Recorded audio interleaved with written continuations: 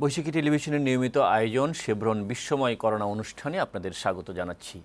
ঈদ অনুষ্ঠানমালা প্রচারের কারণে গত এক সপ্তাহ এই অনুষ্ঠান প্রচার হয়নি। আজ থেকে আবারও শুরু হয়েছে এই অনুষ্ঠান এবং প্রতিদিন শনিবার থেকে বৃহস্পতিবার পর্যন্ত সন্ধ্যা 8:30টায় এই অনুষ্ঠান প্রচারিত হয়ে থাকে। এই অনুষ্ঠানে আমরা দেশ বিদেশে করোনার সবশেষ আপডেট, আক্রান্তদের চিকিৎসা এবং সংক্রমণ থেকে মুক্ত থাকতে করণীয়, আমাদের স্বাস্থ্য খাতের বর্তমান চিত্র এবং করোনা ভাইরাসের জীবনযাত্রা এবং আমাদের অর্থনীতিতে এর প্রভাব, এসব কিছু নিয়ে আলোচনা হয়। আজকে আলোচনার জন্য যাদেরকে যুক্ত করেছি তাদের সঙ্গে প্রথমে পরিচয় করিয়ে দিচ্ছি। তো এই আলোচনায় আপনারাও যুক্ত হতে পারেন, জানাতে পারেন আপনার কোনো অভিজ্ঞতা অথবা প্রশ্ন করতে পারেন আমাদের পর্দায় দেখানো নাম্বারে। আমরা চেষ্টা করব আমাদের অতিথিদের কাছ থেকে আপনাদের প্রশ্নের জবাব নিতে। আজকে যারা আমাদের এই আলোচনায় অনলাইনে যুক্ত হয়েছেন আমি তাদের সঙ্গে প্রথমে পরিচয় করে দিচ্ছি। আমাদের সঙ্গে যুক্ত আছেন চট্টগ্রাম মা ও শিশু হাসপাতালের বিভাগীয় প্রধান অধ্যাপক শেখ হাসান মামুন। অধ্যাপক হাসান মামুন, আপনাকে স্বাগত জানাচ্ছি বৈশাখী টেলিভিশনের এই অনুষ্ঠানে। আমাদের সঙ্গে রয়েছেন দুজন জনপ্রিয় আলোচক, নগর পরিকল্পনাবিদ এবং নাগরিক অধিকার নিয়ে কাজ করা স্থপতি ইকবাল হাবিব, আপনাকে স্বাগত, এবং বিশ্লেষক সুভাষ সিংহ রায়।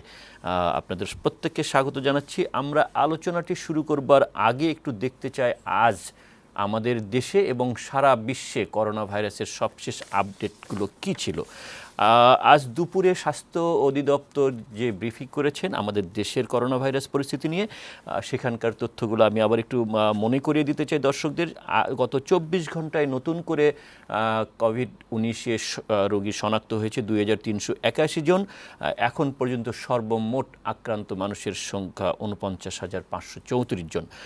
গত 24 ঘন্টায় আরও 22 জনের মৃত্যু হয়েছে এবং এ পর্যন্ত সর্বমোট মৃতের সংখ্যা দাঁড়িয়েছে 672 জন। সুস্থ হয়ে ফিরে গেছেন হাসপাতাল থেকে 816 জন এবং সর্বমোট সুস্থ হওয়া মানুষের সংখ্যা 10,597 জন। এবং গত 24 ঘন্টায় 11,000-এরও বেশি মানুষের নমুনা পরীক্ষা করা হয়েছে এবং এ যাবৎ সর্বমোট পরীক্ষা হয়েছে 3,20,000। এই ছিল আমাদের দেশের চিত্র। সারা বিশ্বে করোনা ভাইরাসে মৃতের সংখ্যা 3,74,000 ছাড়িয়ে গেছে এবং মোট আক্রান্ত মানুষের সংখ্যা বিশ্বজুড়ে প্রায় 63 লাখ, 62,97,410 জন। সুস্থ হয়েছেন এদের মধ্যে 28,65,000 এবং জটিল রোগী বিভিন্ন দেশের হাসপাতালে যারা এখনও আছেন এরকম রোগীর সংখ্যা 53,495। সুস্থ হওয়া মানুষের সংখ্যায় বেশি, শতকরা হিসাবে সেটি 88% এবং মৃত্যুর হার 12%। এই ছিল কোভিড-19 আমাদের দেশে এবং সারা বিশ্বের আপডেট চিত্র। আমরা একটু আলোচনাটি করতে চাই। গত এক সপ্তাহে আমি বলেছি যে এই অনুষ্ঠানটি প্রচারিত হয় না। এই এক সপ্তাহে অনেক কিছুই পরিবর্তন হয়েছে, জীবনযাত্রা স্বাভাবিক করা হয়েছে, যদিও তথ্য বলছে যে আমাদের দেশের সংক্রমণ এখন ঊর্ধ্বগতি এবং মৃত্যুর সংখ্যাও বাড়ছে। এই অবস্থায় জীবনযাত্রা স্বাভাবিক করার যৌক্তিকতা নিয়ে মানুষের মধ্যে নানান প্রশ্ন আছে, সমালোচনা আছে। আমরা একটু প্রথমে চিকিৎসকের দৃষ্টিতে এই পরিস্থিতিটা একটু জানতে চাই। অধ্যাপক হাসান মামুন, আপনার কাছে আসতে চাই, কারণ আমরা কিন্তু দেখতে পাচ্ছি যে ঢাকার পরে চট্টগ্রাম কিন্তু এখন করোনা ভাইরাসের হটস্পট হয়ে উঠছে এবং চট্টগ্রামে যাদের হাসপাতাল সাপোর্ট দরকার হচ্ছে তারাও হাসপাতাল সাপোর্ট পাচ্ছেন না, কারণ সেখানে কোভিড হাসপাতালে শয্যা সংখ্যা এবং আক্রান্ত মানুষের চেয়ে অনেক কম, সেই চাহিদা পূরণ হচ্ছে না। চট্টগ্রামের সার্বিক অবস্থা কি? ধন্যবাদ টিভিকে আমাকে আপনাদের অনুষ্ঠানে যুক্ত করার জন্য। আমি আসলে এই করোনা পরিস্থিতি শুরু হওয়ার শুরু থেকেই এই চিকিৎসার সাথে জড়িত। আমাদের চট্টগ্রাম মা ও শিশু হাসপাতালের একটা নিজস্ব প্রজেক্টে কাজ চলছে, শুরু হয়ে যাবে শীঘ্রই। তো সেই হিসাবে আমার অবজারভেশন চট্টগ্রামের ব্যাপারে সেটা হচ্ছে সারা দেশের মতোই আমরা প্রথম দিকে যেভাবে ভেবেছিলাম অতটা হবে না, হঠাৎ করেই এটা হয়ে গেল। যদিও অনেকেরই আমাদের বৈজ্ঞানিকভাবে অনেকেরই প্রেডিকশন ছিল যে হবে।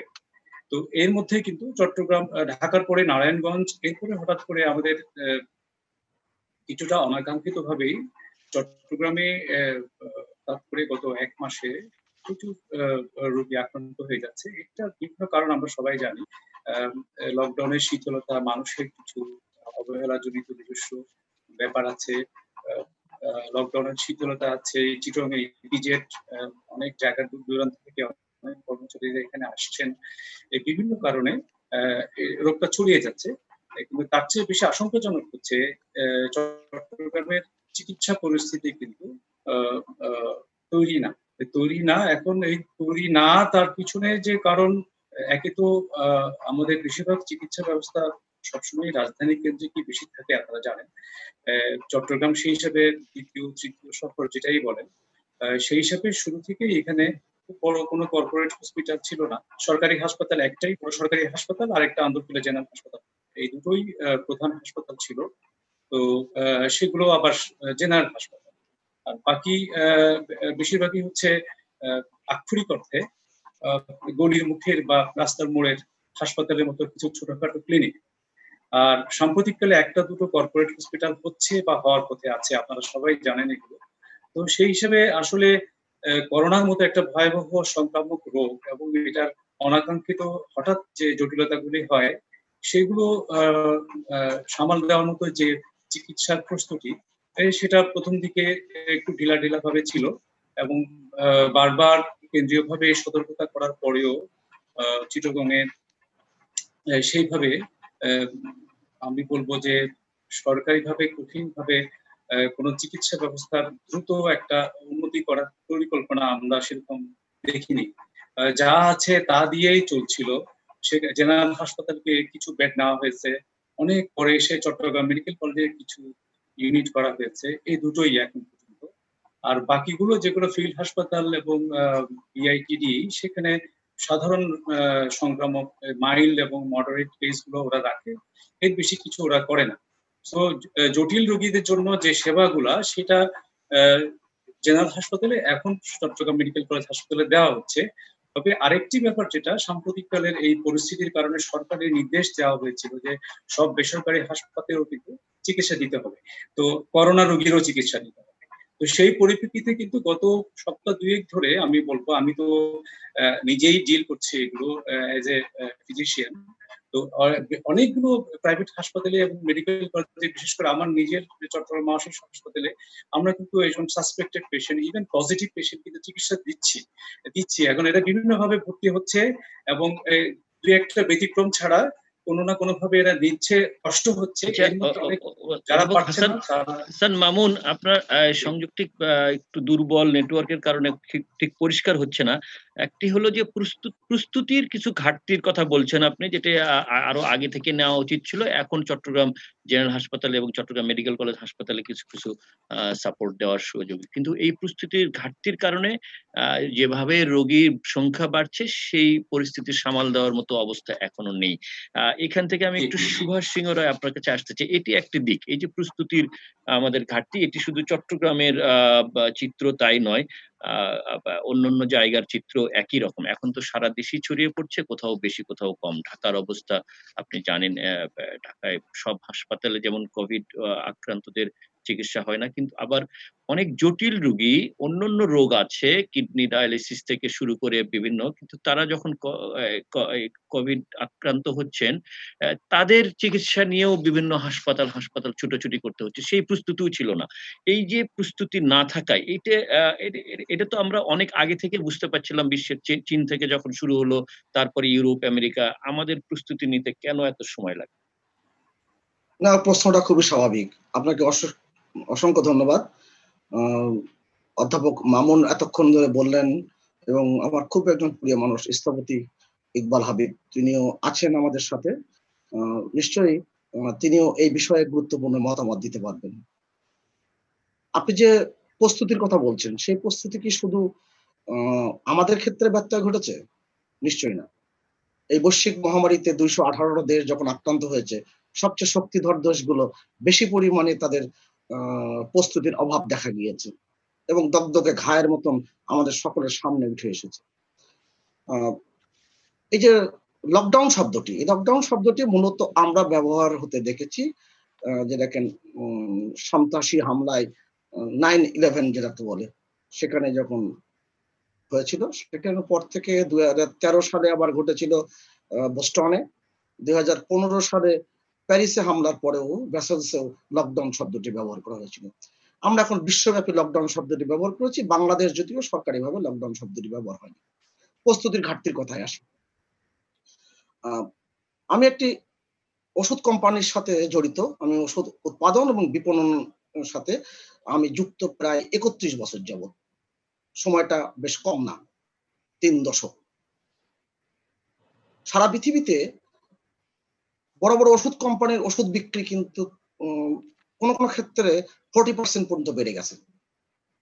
আর আমাদের দেশে গত বছর আমরা ওষুধ শিল্পের যে বিকাশ ঘটিয়েছি, সেই বিকাশের মধ্য দিয়ে গত বছর 23,000 কোটি টাকার উপরে ওষুধ বাংলাদেশে লোকাল মার্কেটে বিক্রি হয়েছে, যেটাকে প্রেসক্রিপশন অডিটের মাধ্যমে যেটা পাওয়া গেছে। তার মানে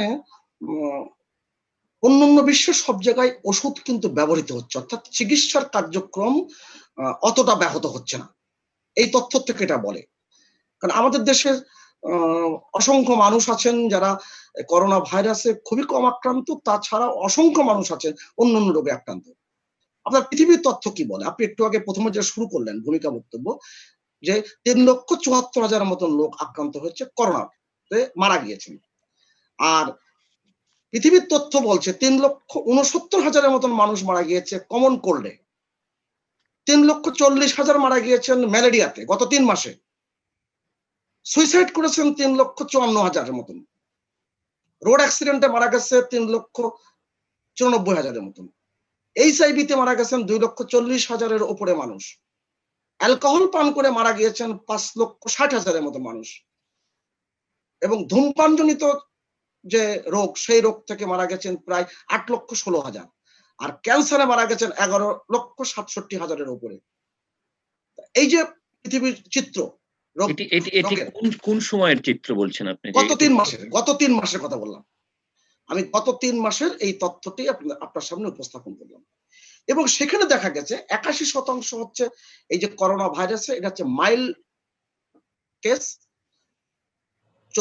মানে আর 14% হচ্ছে মডারেট কেস, আর শুধুমাত্র 5% হচ্ছে ক্রিটিক্যাল যে কেসগুলো, সেগুলো 5%। কিন্তু 218টি দেশ কিন্তু আজকে অর্থনৈতিকভাবে হোক যদি বলি এবং স্বাস্থ্য ব্যবস্থাপনায় বলি, সমস্ত জীবনযাত্রা বদলে গেছে। সেই জীবনদশের ভাষায় বলতে হয় পৃথিবীর এখন গভীরতর অসুখ। এখন এই গভীরতর অসুখের যে আজকে যে মহামারী একটা ছড়িয়ে পড়েছে, আমি খুব দ্রুত শেষ করছি। এই ঢেউটা সমুদ্রের জলোচ্ছ্বাসের ঢেউয়ের মতন। ঢেউ কতটা আসছে তার চেয়ে বড় কথা, ঢেউ কত উঁচুতে আসবে। আমরা যে 15 দিনের জন্য যে একটা সময়সীমা নির্ধারণ করেছি, যে এই পর্যবেক্ষণটা আমরা করব, পরিস্থিতি কোন দিকে যে দাঁড়ায়। এখন জীবন বাজি রেখে জীবন বাঁচানোর যে সংগ্রাম, সেই সংগ্রামে আমরা কতটুকু কার্যকরী হতে পারবো।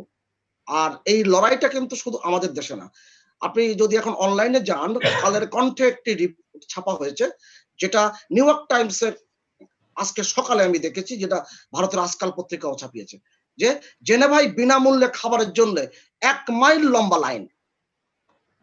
যেই জেনেভাতে আমার একবার মাত্র যাওয়ার সৌভাগ্য হয়েছিল জলবায়ু সম্মেলনে, এই জেনেভা আমার চোখের সামনে ভাসছে, অথচ যে ছবিটি 1 মাইল লম্বা ছবি, যে বিনামূল্যে খাবারের জন্য 1 মাইল লম্বা লাইন। অতএব সার্বিকভাবে বিশ্বের অর্থনৈতিক অবস্থার যেই ধস নেমেছে এবং যে আশঙ্কার কথা আসছে, সেইটি নিয়ে কিন্তু আমরা কিন্তু বেশ চিন্তিত। এই যে সুভাষ দা, এই যে পরীক্ষামূলকভাবে যেটা বলছেন যে সরকার তো সাধারণ ছুটি 30 মের পরে আর বাড়ায়নি, তার মানে 31 তারিখ থেকেই জীবনযাত্রা স্বাভাবিক যাত্রায় চলছে এবং সবকিছু গণপরিবহন খুলে দেওয়া হয়েছে।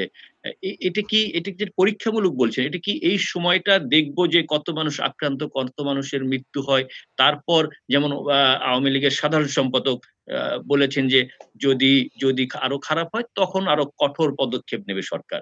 তাহলে জীবনের বিনিময়ে এই পরীক্ষা? না, আপনি সঙ্গত কারণেই এই প্রশ্নটা উত্থাপন করতেই পারেন, কিন্তু এইটা নিয়ে আলোচনা হওয়া প্রয়োজন। যেমন মার্চের প্রথম দিকে ব্রাক যে একটা প্রক্ষেপণ করেছিল, তারা বলেছিল যে মে মাসের শেষের দিকে প্রায় 12, 13, 14 কোটির মতন মানুষ কিন্তু আক্রান্ত হবে। এবং আমাদের স্বাস্থ্য ব্যবস্থার মধ্যে যারা কাজ করছেন এবং যারা সরকারের ভিতরে যারা কাজ করছেন, তারা বিভিন্ন পেশাজীবী মানুষের সহযোগিতায় যে জরিপটি করেছিল, কে প্রক্ষেপণ করেছিল, আমার ধারণা তারা ধারণা করেছিল যে মে মাসের শেষ পর্যন্ত 50,000-এর মতন লোক আক্রান্ত হতে পারে। আর পরবর্তীতে তারা হিসেব নিয়েছিল যদি 1 লক্ষ মানুষ আক্রান্ত হয়, তাহলে এই যে সাধারণ ছুটির যে সময়সীমা সে কতটুকু রাখবে? যেমন আজকে স্বাস্থ্যমন্ত্রী যেটা বলেছে, যেটা ভারত অনেক আগেই যে কাজটি করেছে, যদিও ভারতের ব্যবস্থাপনা আমাদের চেয়ে অনেক নাজুক হয়ে গেছে। তারা কিন্তু যে রেড জোন, অরেঞ্জ জোন এবং গ্রিন জোনে ভাগ সেটি করে তো অনেক অন্যান্য দেশ আরো অনেক আগে করেছে, ভারতও করেছে।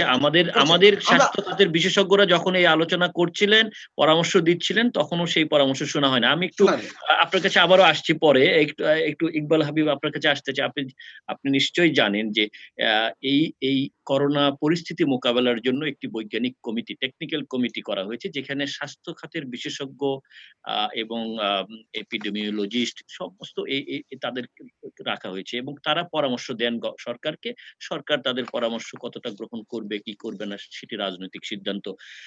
আমরা দেখেছি যে এই টেকনিক্যাল কমিটি যে পরামর্শ দিয়েছিল সবশেষ তাতে বলা হয়েছিল যে এখনই এই অবস্থার মধ্যেই, সেটা ঈদের আগে ঈদের পরে, যে যে প্রতিরোধ ব্যবস্থাগুলো সরকার নিয়েছে সেগুলো শিথিল না করার জন্য। কিন্তু আমরা দেখলাম যে ঈদের সময় থেকেই শিথিল করা শুরু হলো এবং এখন তো সবকিছুই খুলে দেওয়া হয়েছে এবং এর বিনিময়ে আপনি দেখতে পাচ্ছেন যে স্বাস্থ্য বিধি মেনে চলার কথা বলা হচ্ছে, যে কতটা মেনে চলা হচ্ছে এবং কতটা মেনে চলা সম্ভব সেগুলোও প্রশ্নের মুখে। আপনি কি মনে করেন যে এই যে টেকনিক্যাল কমিটি পরামর্শ দিল আর নীতি নির্ধারণী পর্যায় থেকে যে সিদ্ধান্ত আসলো, এই দুটোর সমন্বয় হয়েছে আমাদের এই কোভিড মোকাবেলার জন্য? ধন্যবাদ। প্রথমেই আমি একটুখানি প্রথম 1-2 মিনিট সময় নিতে চাই যে প্রশ্নটা আপনি আমার সুভাষ দাকে করেছিলেন, সেটার জের ধরে কিছু বলতে চাই। আসলে আমাদের জানুয়ারি ফেব্রুয়ারি মাস থেকেই সমস্ত বিশ্ব একটি অভিনবত্বে পড়েছিল, এক অদ্ভুত রোগ, যে রোগ সম্বন্ধে কেউই কোনো ধারণা ছিল না। এবং এই সময়ে ওয়ার্ল্ড হেলথ অর্গানাইজেশনের বিভিন্ন মতবাদ, সেটা চায়নাকে দক্ষ করে করে করে তারা সমস্ত বিশ্ব জানান দিচ্ছিল। কিন্তু আমরা মার্চ মাসের মধ্য পর্যন্ত এ বিষয়ে কোনো পদক্ষেপ গ্রহণ করি নাই। এবং তারপরে যে কাজগুলি আমরা করলাম সেটি হচ্ছে, প্রথমেই আমাদের পেশাজীবীরা এবং আমাদের বিশেষজ্ঞরা একটি ডিনায়াল বা অস্বীকার মনোভাব বা অস্বীকার মনোবৃত্তির কারণে এবং দীর্ঘদিন ধরে লেজুর বৃত্তি মানসিকতার কারণে তারা সত্যকে, যথাযথ পরামর্শকে ধারণ না করে আমাদের রাজনৈতিক নেতা এবং যারা পলিসি লেভেলে কাজ করছেন অথবা যারা সরকার চালাচ্ছেন তাদেরকে ভুল ভুলাইয়ার মধ্যে ঠেলে দিয়েছে। এর ফলশ্রুতিতে পুরো দেশ ভুল ভুলাইয়ার মধ্যে ঢুকে যায় এবং এর ফলে এই ভ্রান্তি বিলাস আর সেই সঙ্গে দীর্ঘদিন আমরা যে স্বাস্থ্য সেবার প্রতি অবহেলা করেছি, তারপরে দুর্বল কাঠামো তৈরি হয়েছে, দুর্নীতিগ্রস্ত একটি ব্যবস্থাপনা তৈরি হয়েছে এবং তার জনশক্তি যথোপযুক্ত না করার যে একটা বিরাট পরিস্থিতি আমরা কার্পেটের নিচে লুকিয়ে রেখেছিলাম, তা হঠাৎ করেই উন্মুক্ত হয়ে যায়। এর ফলে আমরা অর্থনৈতিক, জীবিকা এবং স্বাস্থ্য ব্যবস্থায় একটা পর্যুদস্ত অবস্থায় ঢুকে পড়লাম। ফলে অন্যান্য অনেক দেশ, যে সমস্ত দেশে অন্তর্ভুক্তিমূলক সমাজ ব্যবস্থা আছে এবং কঠোর রাজনৈতিক অনুশাসন কায়েম আছে, তাদের বিপরীতে যারা যারা উন্মুক্ত অর্থনৈতিক কর্মকাণ্ড, পুঁজিকেন্দ্রিক কর্মকাণ্ডে দেশগুলো ছিল, তাদের অনুকরণে আমরা ব্যস্ত হয়ে গেলাম। এবং তার মানে মার্চ এপ্রিলেও আমরা ভুল পথে ধাবিত হয়েছি, কারণ আমাদের বিশেষজ্ঞরা, পেশাজীবীরা তখনও বলছিলেন কিছুই হবে না, চিন্তা করার দরকার নাই, আসবে না, করোনায় কিছু হবে না। এই কার্যক্রমের মধ্যে দিয়ে অন্তর্ভুক্তিমূলক সমাজ ব্যবস্থার ভিয়েতনাম, সাউথ কোরিয়া বা চায়না অথবা ইউরোপের অনেকগুলো দেশ, তারা কিন্তু ঘুরে দাঁড়িয়েছে, মাথা শক্ত করে ফেলেছে। আর যুক্তরাজ্য, যুক্তরাষ্ট্র, ব্রাজিল অথবা তথাকথিত গণতান্ত্রিক দেশ ভারত পর্যুদস্ত অবস্থা। কারণ ডিনায়াল এবং পুঁজিকেন্দ্রিক, যেটা শুধুমাত্র একদল দরিদ্র মানুষের একটা হোকাস ফোকাস বা সমাজতান্ত্রিক মানুষের হোকাস ফোকাস, এটা যারা ভেবেছেন তারা ধরা খেয়েছেন। আমি বিনয়ের সঙ্গে সুভাষদার সাথে একটু দ্বিমত করে বলছি যে হ্যাঁ, আমরা যখন পরিবহন এবং যোগাযোগ ব্যবস্থার দুর্নীতির বিরুদ্ধে, দুর্বৃত্তায়নের মৃত্যুর মিছিল বিরুদ্ধে আন্দোলন করছিলাম, তখন কিন্তু তারাই শব্দগুলি বলতেন যে হার্ট অ্যাটাকে কত মানুষ মারা যায়, এই মদ খেয়ে কত মানুষ মারা যায়, আপনি রাস্তায় এই মানুষের মৃত্যুর মিছিল নিয়ে কেন কথা বলেন?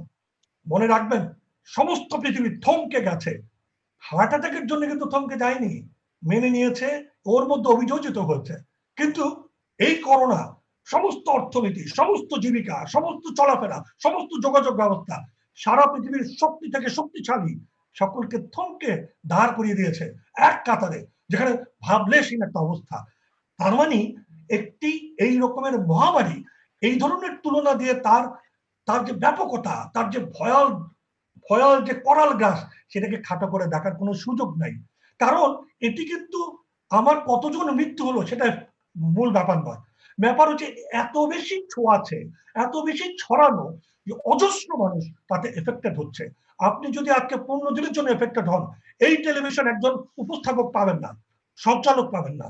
আমার পুলিশ যদি এফেক্টেড হয়ে যায়, আমার স্বাস্থ্যকর্মী যদি এফেক্টেড হয়ে যায়, আমি যতটুকু মার্জিনালাইজ, প্রায় ক্ষীণ হয়ে যাওয়া স্বাস্থ্যসেবা এখনো জীবিত, তারাও কিন্তু নিঃশেষ হয়ে যাবে, চলে যাবে।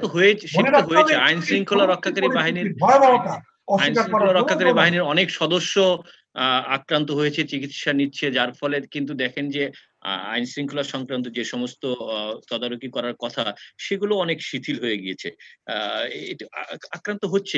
কিন্তু আমাদের আমাদের আমাদের এখানে পরীক্ষার যে হার, তাতে আমরা কি সংক্রমণের প্রকৃত চিত্র জানতে পারছি এখন পর্যন্ত? আমাদের এই যে 50,000 আপনার এই অংশটুকু, এই প্রশ্নটুকুই আমি শুনতে চাচ্ছিলাম। এই জন্য আপনি যে বলছেন যে আমাদের 2301, এটা তো আক্রান্তর সংখ্যা না রে ভাই, এটা শনাক্তকৃত সংখ্যা। আক্রান্ত সংখ্যা তার চেয়ে অনেক অনেক বেশি। কিন্তু বারবার আমরা ওই আইডিসিআর এর এই অথবা স্বাস্থ্য মন্ত্রণালয়ের এই মিথ্যাচার গুলো শুনি, বারবার ওরা বলছেন আক্রান্তের সংখ্যা গত 24 ঘন্টায় ব্লা ব্লা ব্লা ব্লা ব্লা। এটা সত্য নয়, এটা হলো শনাক্তকৃত সংখ্যা। আক্রান্তর সংখ্যা অসংখ্য।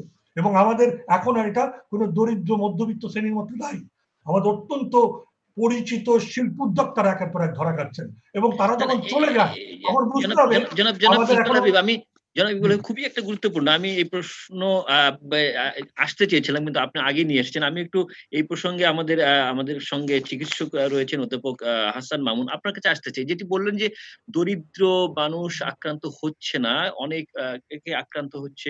এই দরিদ্র মানুষের আক্রান্ত না হওয়ার তারা কিভাবে নিজেদেরকে সুরক্ষা করতে পারলো, রক্ষা করতে পারছে? আচ্ছা, আমার এখানে ইকবাল সাহেবের সাথে আমি প্রথমে একটু একমত পোষণ করে শুরু করি। উনি খুব সুন্দর অবজারভেশন বলেছেন, আক্রান্তের সংখ্যা এবং শনাক্তের সংখ্যা, এই জিনিসটা নিয়ে আমরা সবাই খুব খুশি থাকি যে মাত্র 20 জন, মাত্র 30 জন মারা গেছে। এটা মোটেই সত্যি নয়। আমরা যদি একটু সাধারণ জ্ঞান থেকে বুঝি যে শুধুমাত্র মৃত রোগীদের যাদের টেস্ট করা হয়েছে তাদেরকে শুধু এরা আইডিসিআর স্বীকৃত দিচ্ছে যে মারা গেছে। এর মধ্যে এর বেশ কয়েক গুণ বেশি, আমি কত গুণ বলবো না, 10 গুণ 50 গুণ হতে পারে, যারা মারা যাচ্ছে উপসর্গ নিয়ে। এটা আপনারাও জানেন, বিভিন্ন পত্র থেকে আসে, আমরা নিজেরা ডাক্তার হিসেবে দেখি, কিন্তু এগুলো টেস্ট হচ্ছে না। টেস্ট কয়জনের হচ্ছে, কয়জনের টেস্ট না করেই সৎকার করে দিচ্ছে, এটা আমরা সবাই জানছি। ইভেন আমরা জানি যে ফলস নেগেটিভের সংখ্যা 30 to 40%। যারা পরীক্ষা করছে তাদেরও 40%, কিন্তু আমরা যদি যোগ করি 50,000-এর সাথে কত যোগ আপনি ভেবে নেন। আর আমাদের পার মিলিয়নে যে টেস্ট করা হয় তা আমাদের আশেপাশের সব দেশের তুলনায়, ইভেন ভুটানের তুলনায় অনেক কম, এটা আমরা জানি। তাহলে আমরা যদি এটাকে মাল্টিপ্লাই করি তাহলে সহজেই সবাই বুঝতে পারবে আমাদের প্রকৃত আক্রান্ত কত হতে পারে। এটা লক্ষ লক্ষ হতে পারে। মৃতের সংখ্যা কিন্তু অনেক বেশি। আমরা যদি সব রোগীদেরকে এভাবে ডায়াগনোসিস করতে পারতাম, এবং সবাই হাসপাতাল পর্যন্ত আসে না। এখন আপনার যে প্রশ্নটা, যে স্পেসিফিক প্রশ্ন করেছেন দরিদ্র, এবং এটা আমার কাছে মনে হয় সায়েন্টিফিক ওয়েতে এটা একটা আপেক্ষিক আমাদের একটা অবজারভেশন। আমরা তো তথ্য সেভাবে নিচ্ছি না, ওভাবে স্টাডিও করছি না। দরিদ্র লোক কয়জন হাসপাতাল মধ্যে যাচ্ছে, কয়জন কোথায় মরে পড়ে আছে, এই স্টাডিকে আমরা করছি। আমরা শুধু দেখছি যারা অর্থবিত্ত, যারা মধ্যবিত্ত, বা যারা নিম্নবিত্ত, যারা হসপিটাল পর্যন্ত যাচ্ছে, তাদের আমাদের সংখ্যাগুলো পাচ্ছি। এই জন্য আমাদের কাছে মনে হচ্ছে যে এরাই হয়তো মারা যাচ্ছে, বাকি যারা যাচ্ছে না ওদের হিসাবে আমরা পাচ্ছি না। এটা হচ্ছে একটা স্ট্যাটিস্টিক্যাল কথা। আর যদি আমি এমনিতেই বলি যে যারা পরিশ্রম করে, নিম্নবিত্ত, বা যারা এই যে এত লকডাউন খুলে দেওয়ার পরে মাস্ক বিহীন ঘুরে বেড়াচ্ছে, অনেকেই আমাদেরকেও জিজ্ঞেস করে যে কই, এদের তো হচ্ছে না। কিন্তু এইটার পিছনে ওই যে বললাম, আমরা তো ওইভাবে স্টাডি করিনি। আরেকটা কারণ হতে পারে যে এরা ইয়াং গোষ্ঠী, যুব সমাজ বেশি এরা। আমরা যাদের টিভিতে ছবি দেখি সবাই যুব সমাজ, তাদের ইমিউনিটি এমনিতেই আমরা জানি একটু বেশি। আর সেটা একটা অবশ্যই সায়েন্টিফিক ব্যাখ্যা হতে পারে। এরা তবে এটা ঠিক যে আমরা জানি যে অ্যাসিম্পটোমেটিক কেরিয়ার, মানে রোগ নেই, লক্ষণ নেই, কিন্তু কেরিয়ার, এদের সংখ্যা কিন্তু অনেক বেশি। এটা আমাদের ডাক্তারদের মধ্যেই অনেকে আছে। আমরা যখন রোগীর সংস্পর্শে এসে টেস্ট করি ৩-৪ দিনের পরে, কোনো সিমটম নেই কিন্তু আমাদের পজিটিভ, এরকম অনেক অসংখ্য ডাক্তার আছে। সেক্ষেত্রে তো এই যে লক্ষণহীন মানুষ যারা ঘুরে বেড়াচ্ছে এই করোনা ভাইরাস নিয়ে, তারা তো সংক্রমিত করছে অসংখ্য মানুষকে। সেক্ষেত্রে যেটি অবশ্যই। বলছিলেন যে প্রকৃত তথ্য আমরা পাচ্ছি না, চিত্র পাচ্ছি না, সেটি পরীক্ষা কম করার কারণে আরেকটি হলো যে আপনি যেটি বলছেন যে ৩০-৪০% ফলস রিপোর্ট আসে, নেগেটিভ আসে, সেটিও একটি বড় কারণ। আমরা যদি এইভাবে সংক্রমিত হতো তাহলে এবং মৃত্যু হইতো, তাহলে তো এই সরকারি যে হিসেব দেওয়া হচ্ছে এর বাইরে অনেক আক্রান্ত মানুষ ছড়িয়ে ছিটিয়ে আছে এবং মৃত্যু অনেক ছড়িয়ে ছিটিয়ে আছে। কিন্তু এরকম তো না যে পথে ঘাটে পড়ে আছে, বস্তিতে মানুষ মৃত্যু হচ্ছে আমরা জানি না। তা তো হয় নাই। সেরকম ভয়াবহ পরিস্থিতি তো আমরা দেখছি না। সেরকম অবশ্যই সেটা আমরা দেখছি না, হয়তো পথে ঘাটে নেই কিন্তু ঘরে ঘরে মরছে, এবং এরা বিভিন্ন ভাবে এগুলোকে তথ্য লুকোচ্ছে। এটা আমাদের নিজেদের আত্মীয় স্বজনের মধ্যেও আমরা জানি যে তথ্যগুলো লুকিয়ে তারা বলছে হার্ট অ্যাটাকে মারা গেছে, এমনি সাধারণ ডায়রিয়ায় মারা গেছে বলে। ঘরে ঘরে কিন্তু আপনারাও জানেন, নিজেদেরও হয়তো আত্মীয় স্বজন আছে, আমাদেরও আছে, আমরা জানি যে প্রচুর মানুষ আছে যারা ঘরে ঘরে পুরো পরিবার এফেক্টেড, কিন্তু তারা টেস্টও করছে না, কারণ এর ঝামেলা, লম্বা লাইন ধরতে হয়। এখন আগে যেরকম অনেকে খুব সুন্দর করে বসে থাকতো, ২ দিন ৩ দিন পরে হলো টেস্ট নিয়ে যেত, এখন কিন্তু কোথাও কিন্তু ঘরে ঘরে কালেকশন হচ্ছে না। ফলে প্রচন্ড বুথের সংখ্যা বাড়লেও লোকজনের ভোগান্তি কিন্তু আরো বেড়ে গেছে। যারা অসুস্থ লাইন ধরতে হচ্ছে ঘন্টা পর ঘন্টা। এই ভোগান্তি থেকে বাঁচার জন্য বলেন, যেভাবে বলেন, লোকজন কিন্তু অনেক শিক্ষিত লোকও কিন্তু এই ডিনায়াল, যিনি আমাদের ইকবাল ভাই বলেছেন যে অনেকের ডিনায়াল টেন্ডেন্সি আছে, যে না এটা মনে হয় সাধারণ, এভাবে ঘরে বসে আছে, এবং এই যে মৃত্যু হচ্ছে, অনেক মৃত্যু তারা বলছে না, এটা হার্ট অ্যাটাক, বার্ধক্যজনিত বিভিন্ন ভাবে বলে বেড়াচ্ছে। কিন্তু আমরা ভিতরে খবর নিলে ঠিকই দেখা যায় আসলে ওনার জ্বর ছিল, ওনার কাশি ছিল, অথবা উনি হঠাৎ করে মারা গেছেন। এখন সিজনে কিন্তু হঠাৎ করে মারা যাওয়ারও একটা কারণ কিন্তু আমরা জানি, স্বীকৃত কারণ হচ্ছে করোনা ইটসেলফ। তো সেই হিসাবে আমি অন্য দেশের সাথে তুলনায় যেতে চাচ্ছি না। আমরা আমাদের যে সমস্যাটা আমরা ফেস করছি, আমাদের চিকিৎসা ব্যবস্থার যেটা ঘাটতি, এবং আমাদের যে গ্রিন জোন, ইয়েলো জোন, আমি একটু আমরা এই প্রসঙ্গ নিয়ে হাসানি মামুন, আমরা এই প্রসঙ্গ নিয়ে আলোচনা আসবো।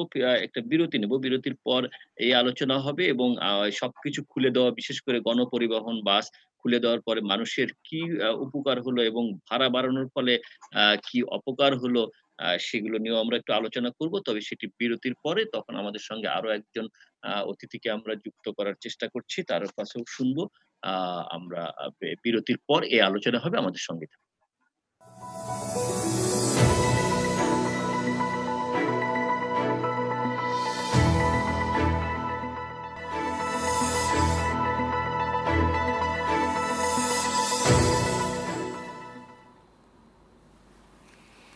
বিরতির পর আরও একবার স্বাগত শেভরন বিশ্বময় করোনা অনুষ্ঠানে।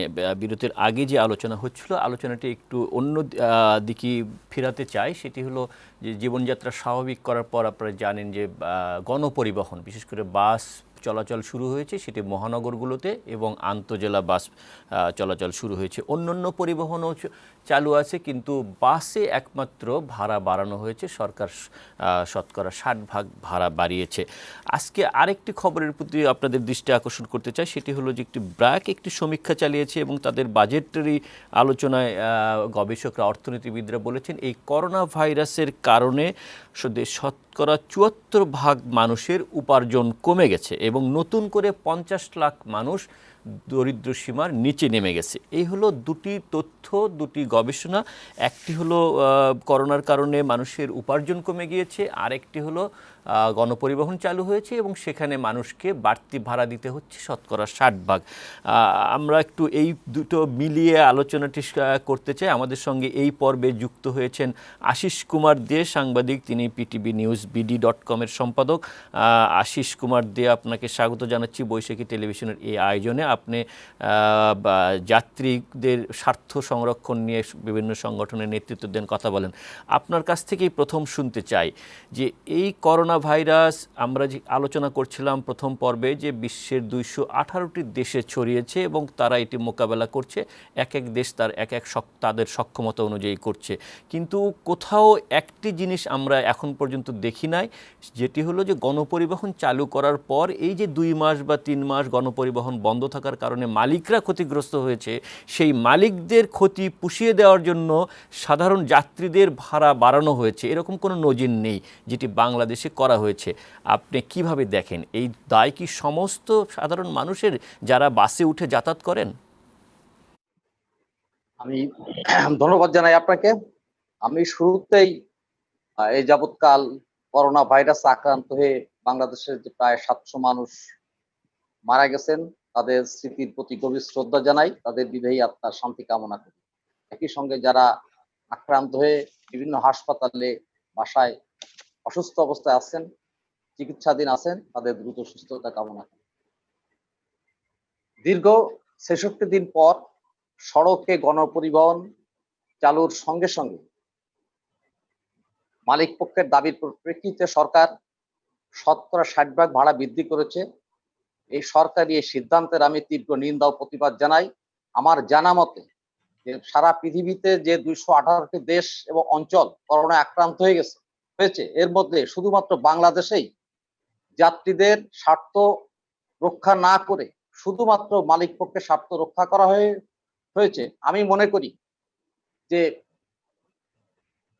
এই বাড়তি অর্থ এটা শ্রমিকদের পকেটে যাবে না, উপরন্তু যে সমস্ত যাত্রী সাধারণ অর্থাৎ দেশের সাধারণ জনগণ দীর্ঘ 2 মাসেরও বেশি সময় ধরে নানাভাবে কর্মহীন হয়েছে, তাদের উপর এই বাড়তি ভাড়া যেন মরার উপর খাড়ার ঘা, এটা কোনো অবস্থাতে মেনে নেওয়া যায় না। করোনা প্রাদুর্ভাবের কারণে বিশ্ববাজারে জ্বালানি তেলের মূল্য অস্বাভাবিক মাত্রায় হ্রাস পেয়েছে। সরকার যদি জনগণের মঙ্গলই চাইতো, তাহলে সরকার উচিত ছিল জ্বালানি তেলের দাম কমিয়ে দিয়ে বাস ভাড়া আগের অবস্থায় রাখতে, কিন্তু সরকার সেদিকে নজর দেয় নাই। এখানে পুরোপুরি মালিকদের স্বার্থ রক্ষা করা হয়েছে। এর আগে আমরা দেখেছি করোনা প্রাদুর্ভাব চলাকালে, লকডাউন চলা অবস্থায় শ্রমিকরা রাজপথে বিক্ষোভ করেছেন যে মালিকরা তাদের দেখছেন না, শ্রমিক নেতারা তাদের দেখছেন না। ফলে মালিকরা যে এই বাড়তি টাকা উপার্জন করে শ্রমিকদের স্বার্থে ব্যয় করবে এক অংশ, এরও কোনো নজির নাই। দ্বিতীয়ত, আজ প্রথম দিন এই যে বাড়তি ভাড়া নিয়ে গণপরিবহন চালুর আজ প্রথম দিন দীর্ঘ বিরতির পর, এদিনও দেখা গেছে বিভিন্ন জায়গায় অতিরিক্ত যাত্রী বহন করা হয়েছে। তার মানে যে কারণে বাস ভাড়া বাড়ানোর যুক্তি দেখানো হয় যে অর্ধেক আসন খালি রাখতে হবে এবং অর্ধেক আসনে যাত্রী থাকবে, এই যে ক্ষতি, এই জন্য ভাড়া। কিন্তু যাত্রী আসন খালি থাকছে না, অথবা যাত্রী চাপাচাপি করে গাদাগাদি করে নেওয়া হচ্ছে, এটিই ঘটছে এবং এটি দেখারও কেউ নেই। এটি দেখার কেউ নেই। আজকে হয়তো অল্প কিছু বাসে হয়তো যাত্রী সংখ্যা অর্ধেক, আসন সংখ্যার অর্ধেক যাত্রী বহন করা হয়েছে, সেটা আপনার টেলিভিশন মানে ক্যামেরা ট্রায়ালের জন্য। অধিকাংশ জায়গায় দেখা গেছে। এছাড়া শুধুমাত্র বাস নয়, যে অটো টেম্পু গুলো ঢাকা শহরে চলাচল করে, হাজার হাজার অটো টেম্পু, সেখানে দেখা যাচ্ছে পেছনে দাঁড়িয়ে লোক চলাচল করছে, তারাও কিন্তু এই বাসের সুযোগে তারাও ভাড়া বাড়িয়ে নিয়েছে। সেখানে কোনো আসন সংখ্যা নির্ধারিত থাকে না। তারা এই ঢাকা শহরের অটো টেম্পু গুলো কখনোই কোনো নিয়ম নীতির মধ্যে চলে না। একইভাবে ঢাকা শহরের ভেতরকার যে বাসগুলো, সেই বাসগুলো কখনো নিয়ম নীতি মেনে চলে না। আসন সংখ্যা নির্ধারিত থাকলেও কখনো সেই অনুযায়ী টিকেটিং পদ্ধতিতে যাত্রী তোলা হয় না। এর ফলে কি হলো, সেই সংক্রমণের যে ঝুঁকি, সেই ঝুঁকি আরো বেড়ে গেল। পাশাপাশি জনগণের পকেট কাটার আনুষ্ঠানিক সুযোগ তৈরি করে দিল সরকার। এটা অবশ্যই নিন্দনীয়, আমি তীব্র নিন্দা প্রতিবাদ জানাই। ধন্যবাদ আশিস কুমার দেব। জনগণের পকেট কাটার আনুষ্ঠানিক কথা করা হলো এবং ঝুঁকি কমলো না, বরং বাড়লো। জনাব ইকবাল হাবিব, আপনি দীর্ঘদিন থেকেই নাগরিকদের অধিকার নিয়ে কথা বলেন। আপনার কাছ থেকে শুনতে চাই যে এটি কি একমাত্র যৌক্তিক সমাধান ছিল, না অন্য কোনো বিকল্প সরকারের কাছে ছিল? আজকে করোনার এই শেষ পর্যায়ে অর্থাৎ মধ্য পর্যায়ে যখন আমাদের কার্ভ এখন একদম এক্সট্রিম উপরের দিকে উঠছে, সেই সময় থেকে একটু পেছন ফিরে তাকালে বুঝবেন আমাদের লকডাউন অথবা যে কঠিন কঠিন শব্দ, আইসোলেশন, সেলফ কোয়ারেন্টাইন, এই সমস্ত শব্দ দিয়ে আমরা যে একটা বিরাট একটা ভাব তৈরি করতে পেরেছিলাম যে এটাকে আমরা রুখবো, এটাকে আমরা আটকাবো, এবং আমাদের প্রধানমন্ত্রী একের পর এক প্রণোদনা প্যাকেজ ঘোষণা করে প্রান্তিক জনগোষ্ঠীকে ঠেকানোর যে চেষ্টা, তার বিপরীতে একের পর এক যে উন্মুক্ততা এবং উন্মুক্ততা তৈরি হলো, তার প্রথমটা করলো শিল্প মালিকরা, দ্বিতীয়টা করলো দোকান বিপণী বিতান মালিকরা, তৃতীয়টা করলো এখন পরিবহন মালিকরা। এবং মনে হচ্ছে তারাই দেশ চালায়, তারা আসলে মালিক, এবং এই মালিকের মালিকানাত্ব জনগণের উপরে পেশনের পর পেশন এটা চলছে। এবং এটা চলছে এই জন্য বলছি, গতকালও মাননীয় প্রধানমন্ত্রী প্রান্তিক জনগোষ্ঠীর শুরু এই 2 মাসের জন্য নিজেদের ঘাড়ে, সরকারের ঘাড়ে বহন করার চেষ্টা করছেন। এই যে প্রণোদনা দিচ্ছেন, কাকে দিচ্ছেন? প্রান্তিক জনগোষ্ঠী, শিল্প মালিক না দিয়ে শিল্পর শ্রমিক, এবং দোকান মালিক না দিয়ে তার শ্রমিককে দেওয়ার কথা, কিন্তু এগুলো সব ভোগ করছে কারা? মালিকরা। এবং এখানে একটু মনে রাখবেন, সড়ক ও জনপদে অরাজকতার চূড়ান্ত যে পরিবহন মালিকরা করলেন দিনের পর দিন, আইন কার্যকর করা গত 2 বছরে আমরা পারলাম না পাশ করা সত্ত্বেও, তারা আজকে নির্ধারণ করে বিআরটিএ তে বসে যে আমার ভাড়া 80% বাড়াতে হবে, পরে মন্ত্রী ইন্টারফেয়ার করে 60% বাড়ালেন। মনে রাখা দরকার, যদি আপনি কাউকে ভর্তুকি দিতে চান, কাউকে এই মুহূর্তে সাহায্য করতে চান, তাহলে সরকার প্রণোদনা প্যাকেজের মাধ্যমে যে প্রান্তিক জনগোষ্ঠীর কথা বলছে তাকে আপনি দিবেন। এবং সেক্ষেত্রে যদি বলি, আজকে এই বাসগুলোতে কারা আসলে আসবে অথবা যাবে? তারাই আসবে যথাযথ 2 মাসে কোনো কাজ নেই, পেটে বানা পানি নেই, সংসারে হাহাকার, এবং তাকে ঢাকায় ফিরতে হবে, শহরে ফিরতে হবে একটুখানি জীবিকার জন্য। ধনী মানুষ, মধ্যবিত্ত, উচ্চ মধ্যবিত্ত তো এই বাসে চড়ছেন না। আবার একই সঙ্গে যারা যাচ্ছেন তারা এই মুহূর্তে ভাড়া দিতে পারছেন না, অসহায়, কোন রকমের সব গুটিয়ে টুটিয়ে দেশের বাড়ি চলে যাচ্ছেন। এইরকম মানুষের ঘাড়ের উপরে 80% বা 60% চাপানোর বুদ্ধি, চিন্তা যেসব মালিকরা করেন, তাদের পক্ষাবলম্বন রাষ্ট্র করতে পারে, এটা ভাবতেও আমার লজ্জা হয়। আমি শুধু বুঝবো রাজনৈতিক ভাবে যে ভর্তুকি দিচ্ছে যে সরকার, সেই সরকার এটা করতে পারে না, বরং ভর্তুকি দিয়ে হলেও জনগণের উপর 1 পয়সার চাপ না দিয়ে, বরং পারত পক্ষে পারলে যে এইসব জনগণ যদি আসলেই সেই অসহায় জনগণ হয়, বিনা পয়সায় কি করে এক জায়গা থেকে আরেক জায়গায় নেওয়া যায়, সেটি হওয়ার কথা ছিল। জনাব ইকবাল হাবিব, 2,500 টাকা করে ঘরে ঘরে পৌঁছে দিচ্ছে, এই তো ছিল সরকারের চেতনা। এই চেতনার বিরুদ্ধে ঠিক এই বিষয়ে বিপদগ্রস্ত জনাব ইকবাল হাবিব, আমি শুনবো আপনার কাছে। এই বিষয়ে একজন দর্শক তার প্রশ্ন করতে আমাদের সঙ্গে যুক্ত হয়েছেন। দর্শক প্রশ্নটি নিয়ে আবারও আলোচনা আসছে। প্রিয় দর্শক, আপনার পরিচয় দিয়ে প্রশ্ন করুন। আসসালামু আলাইকুম, আমি জাফর বলছিলাম গাজীপুর থেকে। জি, প্রশ্ন। আমার একটা প্রশ্ন ছিল, সেটা হচ্ছে যে এই যে বর্তমানে যে ভাড়াটা বাড়ানো হয়েছে 60 বাট, এইটা কেন আমরা ছাপার জনগণ দিব? এখানে দেখা যায় প্রতিদিন পরিবহন সেক্টরে আমরা শুনেছি যে এক একটা গাড়ি প্রতি তারা নির্দিষ্ট একটা টাকা তারা উঠাইতেছে, কিন্তু দেখা যায় দৈনিক দেখা যায় এখানে লাখ লাখ টাকা উঠতেছে, মাসে কোটি কোটি টাকা উঠতেছে। পরিবহন সেক্টরে যারা টপ লেভেলে যারা আছে, ওনারা এখন এই টাকাটা সমন্বয় দিতেছে না কেন, ভর্তুকিটা দিতেছে না কেন? আর বিশেষ করে ইকবাল হাবিব স্যারের আমি প্রত্যেকটা প্রোগ্রাম দেখি, ওনার কাছ থেকে আমি উত্তরটা জানতে চাই আর কি। জি, ধন্যবাদ। কেন বাড়তি ভাড়া জনগণ দিবে, জনাব ইকবাল হাবিব? আমি শুধু আমার এই দর্শক বন্ধুর প্রশ্নের উত্তরে এতটুকু বলতে চাই, তদারকিহীন এবং দায়বদ্ধতাহীন এই মালিকদের প্রশ্রয়ের কারণে আজকে করোনা সর্বত্র বিস্তৃত। এবং একই সঙ্গে মনে রাখবেন, যদি আপনি ওপেন খোলেনি, তাহলে শিল্প মালিকদের বদলে শিল্প শ্রমিকের কাছে সরাসরি অর্থ প্রদানের ব্যবস্থাটা নিশ্চিত করা দরকার ছিল। আপনি যদি দোকান খুলতেই চান, তাহলে যেই সমস্ত দোকানদার 150 টাকায় 200 টাকায় কাপড় বিক্রি করে, কোন রকমের দিন আনে দিন খায়, এবং যেসব ক্রেতা ওই সমস্ত কাপড় কিনে কোন রকমের যান বাঁচে, তাদের দোকানগুলো মাঠকে, রাস্তাকে বন্ধ করে বড় বড় দূরত্ব রেখে ব্লক দিয়ে দিয়ে, যেভাবে আর্মি করেছে, যেভাবে কাঁচা বাজার করেছে, সেভাবে তাদেরকে সুযোগ দেওয়া দরকার ছিল। শপিং মল বিপণী বিতান খোলার মধ্যে দিয়ে আজকে ওই দোকান কর্মীদেরকে যারা স্বাস্থ্য সুরক্ষা নিশ্চিত না করে বিপদের মধ্যে ফেললেন, তাদের দায়বদ্ধতা কোথায়? অসুস্থ হলে সরকারের ঘাড়ে, আর লাভ হলে আমার।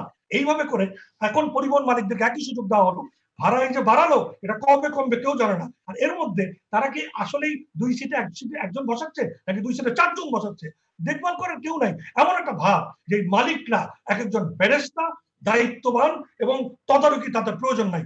মনে রাখতে হবে দিনের পর দিন অরাজকতার মধ্যে দিয়ে এই সমাজ ব্যবস্থাকে, এই অর্থনৈতিক মূল্যবোধকে যারা নষ্ট করেছে, রাষ্ট্র সর্বোচ্চ প্রধান যিনি, তিনি চেষ্টা করছেন চিৎকার করে প্রণোদনার পর প্রণোদনা, এগুলো ভেস্তে যাবে। কারণ এই মধ্যস্বত্বভোগীরা আমাদের জনগণের এই ক্লেশ নয়, এই ক্লেশের বিনিয়োগ করে, ক্লেশকে সামনে রেখে তারা কিন্তু বিরাট একটা ধনীতান্ত্রিক সমাজ ব্যবস্থা গঠনের স্বপ্ন দেখছে।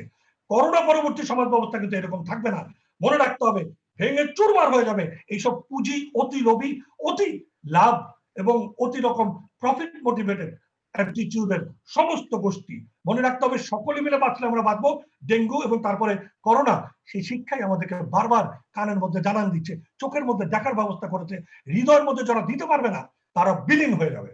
জি, ধন্যবাদ ইকবাল হাবিব। আমি পরিবহন মালিকদের কথা বলছিলেন তিনি, যে পরিবহন মালিকরা ৮০% ৬০% বা দাবি, তারা তো দাবি করেছিলেন এবং সরকার যারা নীতি নির্ধারণী সিদ্ধান্ত দিচ্ছেন এবং যারা এই প্যান্ডামিক মোকাবেলা করছেন, যারা গরিবের কাছে সরাসরি অর্থ পৌঁছে দিচ্ছেন, ২৫০০ টাকা করে ২৫০০ কোটি টাকা দিয়েছেন, সেই সরকার কেন এই ৬০% বা ৮০% ভাড়া বাড়ানোর দাবি সাথে সাথে যেদিন মিটিং করেছে পরের দিনই কেন মেনে নিলেন?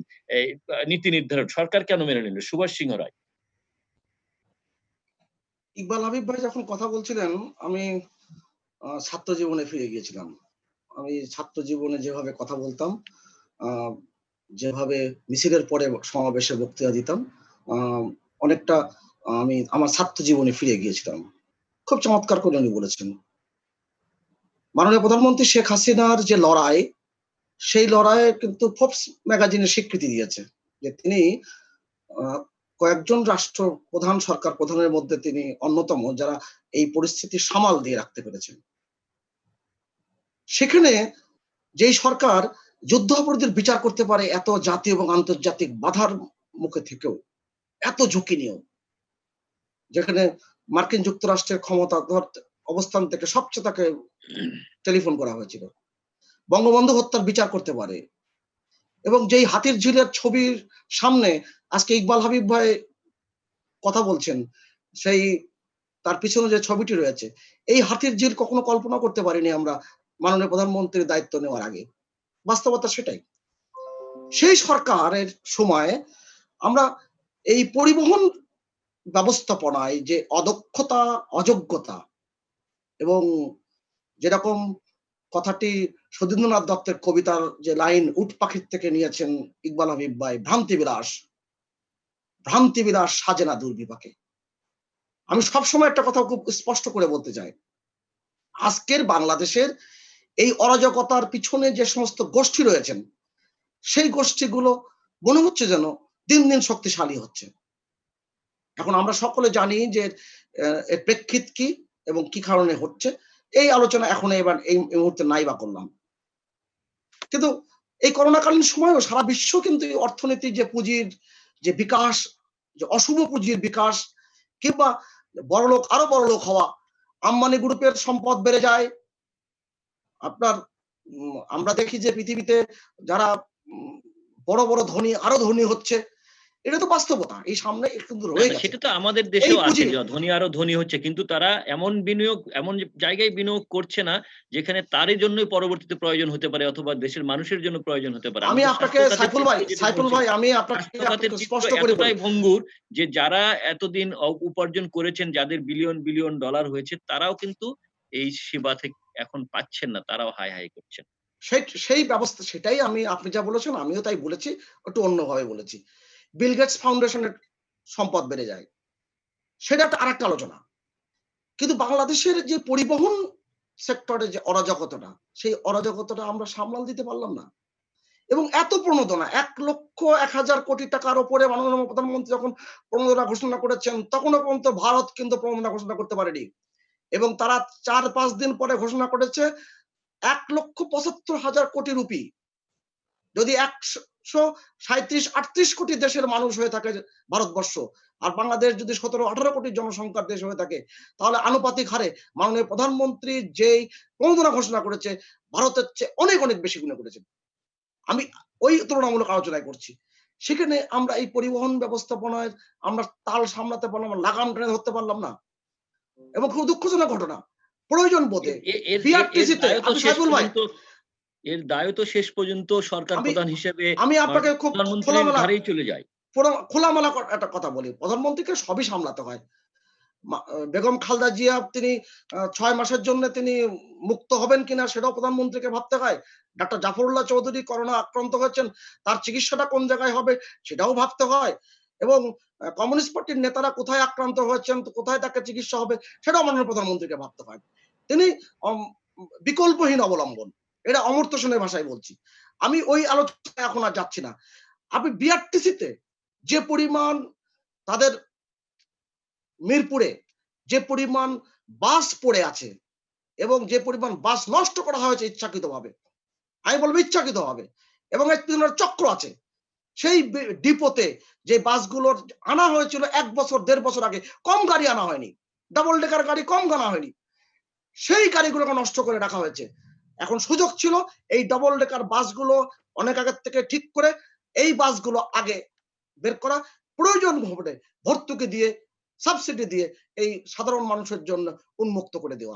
ধন্যবাদ এই জায়গাটা কিন্তু, আর আমি বলে সুভাষ। আসছি গত 10 বছর যাবত যে ইউনিভার্সাল সাবসিডি আর টার্গেটেড সাবসিডি কিন্তু এক হতে পারে না। জি, আমি যে আমি যে আসবো আপনার 40 কাছে, আমি আমি যে দামি গাড়িটি ব্যবহার করব, তার পেট্রোলের দাম, গণপরিবহনে পেট্রোলের অক্টেনের দাম, ডিজেলের দাম এক হতে পারে না। আপনাকে একটু থামিয়ে দিচ্ছি, আপনার বক্তব্য আবার শুনবো এই প্রসঙ্গে। আমরা বিরতির আগে একটু বা আশিস কুমার দে তার কাছ থেকে বিদায় নিতে চাই। তার কাছ থেকে আরেকটা বিষয় একটু জানতে চাই, যেটি তিনি নিন্দা জানিয়েছেন এবং এটি মরার উপর খাড়া ঘা, মানুষের পকেট কাটা বলেছেন। এই পকেট কাটা থেকে সাধারণ মানুষকে মুক্ত করতে এখন কি করা উচিত বল? ধন্যবাদ। এই যে সাধারণ মানুষের এক মিনিট থেকে আমার বিরতির পকেট আগে কাটার মুক্তির একমাত্র পথ, সর্বপ্রথম হলো যে প্রজ্ঞাপনটি জারি করে 60% ভাড়া বৃদ্ধি করা হয়েছে সে প্রজ্ঞাপনটি অবিলম্বে বাতিল করতে হবে। দ্বিতীয়ত, মালিকদের ক্ষতি পুষিয়ে নিতে প্রয়োজনে রাষ্ট্রের পক্ষ থেকে সাবসিডি দেওয়া হোক, জ্বালানি তেলের মূল্য হ্রাস করা হোক, কোনো অবস্থাতে যেন সেটি জনগণের ঘাড়ের উপর না পড়তে হয়, জনগণকে বাড়তি ভাড়া গুনতে না হয়, সেই প্রজ্ঞাপনটি অবিলম্বে বাতিল করতে হবে। আর এই যে স্বাস্থ্যবিধি মানার জন্যই তো এই বাড়তি ভাড়া, কিন্তু স্বাস্থ্যবিধি মানা হচ্ছে না যেটি বলছেন, সেইখানে কি স্বাস্থ্যবিধি মানার ক্ষেত্রে সেটি শুধুমাত্র সড়ক পরিবহন সেক্টরের সঙ্গে সম্পর্কিত যে সমস্ত সংস্থা সেগুলো এককভাবে দায়ী নয়, এক্ষেত্রে স্বাস্থ্য বিভাগকেও দায় বহন করতে হবে। কারণ হাইওয়েতে ভ্রাম্যমাণ আদালতের সংখ্যা বাড়াতে হবে, বাস টার্মিনাল গুলোতে, বাস স্টপেজ গুলোতে ভ্রাম্যমাণ আদালতের পাশাপাশি স্বাস্থ্য বিভাগের কর্মকর্তা কর্মচারী এবং একই সঙ্গে আইন প্রয়োগকারী সংস্থাগুলোরও তৎপরতা বাড়াতে হবে। যদিও করোনা প্রাদুর্ভাব শুরু থেকে আমরা পুলিশ সহ বিভিন্ন আইন প্রয়োগকারী সংস্থার ভূমিকা, অত্যন্ত প্রশংসনীয় ভূমিকা দেখেছি, এবং এই জনগণের স্বার্থ রক্ষা করতে গিয়ে তারা হাজার হাজার বিভিন্ন বাহিনীর হাজার হাজার সদস্য আক্রান্ত হয়েছেন। তাদের ভূমিকা এ পর্যন্ত প্রশংসনীয়, সেই ভূমিকা আরো জোরদার করতে হবে এবং সরকারকেই সবকিছু শক্ত হাতে মনিটরিং করতে হবে। কারণ রাষ্ট্রের চালিকা শক্তি সরকার। সরকার যদি শক্ত অবস্থানে না থাকে, সরকার যদি জনগণের প্রতি অধিক সংবেদনশীল, সহানুভূতিশীল না হয়, তাহলে কোন অবস্থাতে এই মহামারী থেকে জনগণকে রক্ষা করা যাবে না।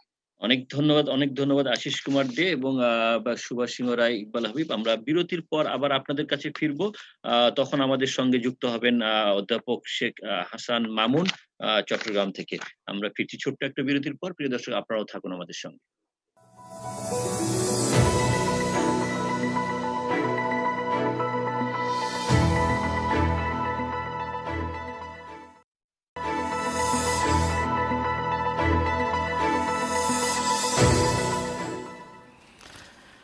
বিরতির পর আবারও স্বাগত শেভরন বিশ্বময় করোনা অনুষ্ঠানে। আমরা বিরতির আগে একটি জায়গায় আলোচনাটি চলছিল, সেটি হলো বাস ভাড়া। আমরা একটু ভিন্ন প্রসঙ্গ আসতে চাই যে দেখুন, এই করোনা ভাইরাস মোকাবেলার জন্য জোন ভিত্তিক পদক্ষেপ নেওয়ার কথা বলেছেন স্বাস্থ্যমন্ত্রী, যেটি বিভিন্ন দেশে অনেক আগে থেকে নেওয়া হয়েছিল, যে আক্রান্ত, কম আক্রান্ত এবং মুক্ত এলাকা, যেটি অরেঞ্জ, গ্রিন এবং রেড জোন হিসেবে ভাগ করা। বর্তমানে আমাদের যে সংক্রমণের যে মাত্রা, মৃত্যুর যে মাত্রা, সে অবস্থায় এসে স্বাস্থ্যমন্ত্রী জোন ভিত্তিক ভাগ করে ব্যবস্থা নেওয়ার কথা বলছেন। অধ্যাপক হাসান মামুন, আপনার কাছ থেকে একটু জানতে চাই এই জোন ভিত্তিক এটিও কি আমরা যে প্রথম পর্বের আলোচনা চলছিল যে প্রস্তুতি নিতে আমরা অনেক দেরি করে ফেলেছি, প্রস্তুতির ঘাটতি এখনও রয়েছে, যার পরিণাম আমরা দেখছি আক্রান্তরা সেবা ঠিকমতো পাচ্ছেন না। এই জোন ভিত্তিক পদক্ষেপ এটিও এত এখন যেটি নেওয়া হচ্ছে সেটি কি অনেক বিলম্ব হয়ে গেছে না? হ্যাঁ, আমি এই সুন্দর একটা প্রশ্ন আপনি, যেটা আমি একটু আগে আগে বলছিলাম। এই 3টি জোন, যেটা গ্রিন, ইয়েলো বা অরেঞ্জ এবং রেড জোন, আপনারা সবাই জানেন কোনটা কি, এটা ডিটেল আমি যাচ্ছি না, তাও সংক্ষেপে বলি। রেড জোন হচ্ছে যারা ডায়াগনোসড হয়ে গেছে, সিমটম অ্যাসিমটমেটিক ভর্তি রোগী এবং যারা ডায়াগনোসিস কনফার্ম করা, তারা হচ্ছে রেড জোন। আর অরেঞ্জ এবং ইয়েলো জোন হচ্ছে মাঝামাঝি, যারা সাসপেক্টেড, সিমটম আছে, ওয়েটিং ফর দ্য রিপোর্টস, তারাও কেউ ট্রিটমেন্ট শুরু করে দেয় সিমটমের ভিত্তিতে। আর গ্রিন হচ্ছে যারা আমার ডায়াগনোসিস এক্সক্লুড করে রাখা হয়েছে, অথবা ডায়াগনোসিস সাসপেক্ট করা হয়েছিল, পরে আর ডায়াগনোসিসটা হয়নি, তাদেরকে আমি গ্রিন জোনে রাখলাম, অথবা যারা নন কোভিড রোগী তাদেরকে আমি রাখলাম। এইভাবে করা হয়।